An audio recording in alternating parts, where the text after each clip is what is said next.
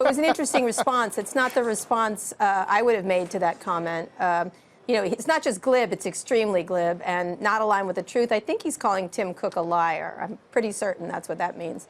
But I think, he's trying to make an argument that he's trying to insult Apple for being elite and rich, obviously, throughout that whole quote. And I think that's the most interesting quote in the interview.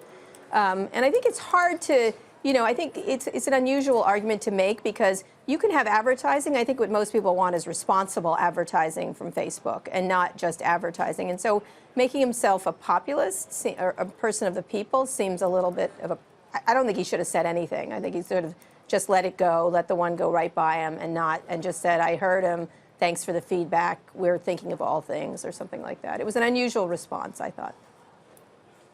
So what happens now? I mean, to what degree does privacy start to get used as a cudgel in the search for either users or customers? Well, it's a good cudgel for Apple to have. They're certainly, not everybody's perfect, by the way. Apple has issues in China and elsewhere, just China mostly. But I think that in terms of privacy in the U.S., they do have the higher ground here on Facebook by far. And so I'm not sure that Facebook should be tangling with Apple, which is also a very important partner in the mobile space. And I'm not sure why they did this. And I think I don't think they want it to be.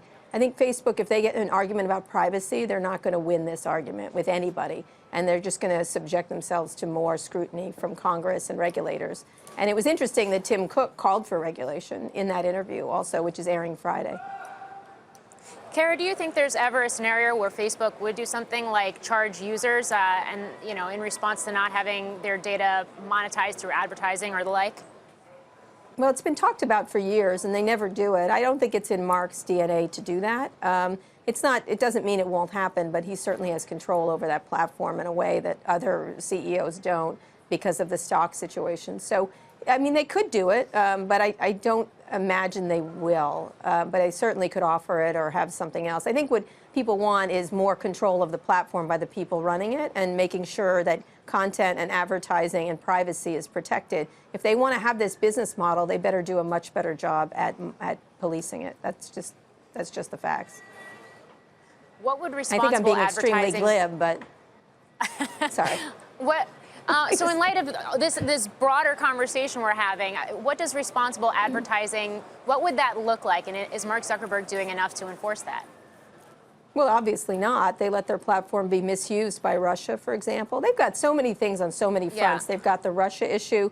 They've got the advertising issue, remember the anti-Semitic advertising. They've got the privacy issue, the use of their data. They've got a lot. They're fighting on a lot of fronts here. I'm not sure why they open up another fight with Apple again. But I think they've got to convince users that they are responsibly, first and foremost, using their data in a responsible way if they have an advertising business. And I think that's the very lowest bar they have to reach. The other stuff, obviously, they have to clean up their platform in a way and do better at running it. They just have to have better control of their platform. I think they're very aware of this. So we'll see if they're able to do that. Hey there, thanks for checking out CNBC on YouTube. Be sure to subscribe to stay up to date on all of the day's biggest stories. You can also click on any of the videos around me to watch the latest from CNBC. Thanks for watching.